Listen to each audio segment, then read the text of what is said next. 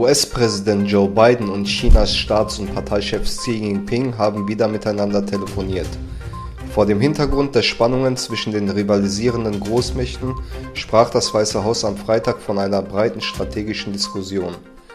Beide Präsidenten hätten über Bereiche diskutiert, wo unsere Interessen aufeinandertreffen und über Bereiche, wo unsere Interessen, Werte und Perspektiven auseinandergehen.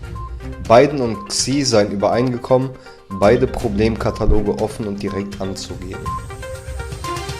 Die russische Regierung habe unleugbare Beweise dafür, dass Technologiegiganten mit Sitz in den USA vor den bevorstehenden Wahlen zur Staatsduma des Unterhauses gegen russische Gesetze verstoßen haben, teilte das Außenministerium in einer Erklärung am Freitag mit.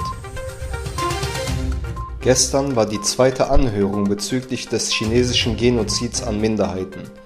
In dem Londoner Gerichtssaal haben uigurische Zeugen ihre grausamen Erlebnisse in chinesischen Konzentrationslagern geschildert.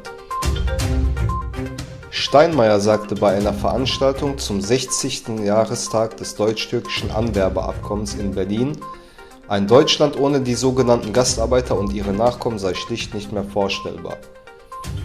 Sie und Einwanderer aus anderen Ländern hätten viel dazu beigetragen, dass die Bundesrepublik heute gesellschaftlich offener und vielfältiger, wirtschaftlich stärker und wohlhabender sei.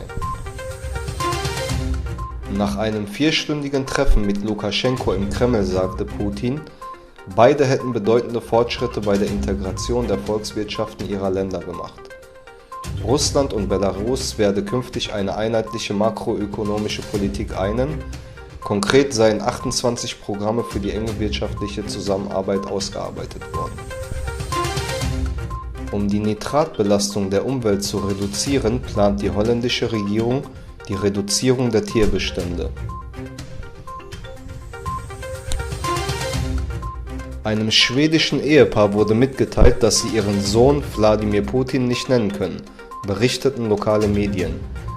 Die schwedische Steuerbehörde Skatteverket lehnte den Antrag des Paares ab, ihren Sohn Wladimir Putin, so der Name des russischen Präsidenten, zu nennen, wie SR, der öffentlich-rechtliche Rundfunk des Landes, mitteilte.